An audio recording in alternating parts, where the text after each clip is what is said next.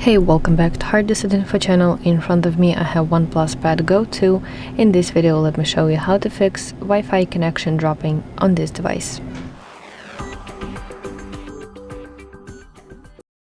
So before we start, I need to warn you that this will erase saved Wi-Fi networks and Bluetooth devices, but not your personal data, which allows you to reconnect for your connection. So we're gonna reset network settings. To do that, you want to open settings. Now let's scroll down to system and update. Now let's tap option backup and reset. Now we want to select reset device, and now select a reset network and Bluetooth settings. Now we want to enter your password, and let's tap a reset option.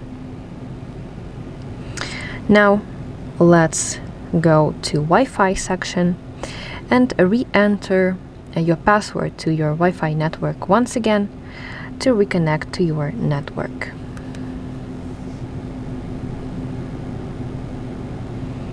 Okay, and after this you have to restart your OnePlus Pad Go 2 and additionally restart your router.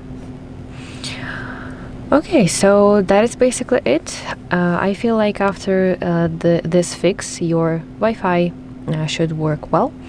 I really hope that this video helps you. If so, please like this video and subscribe to our channel to see more content like this.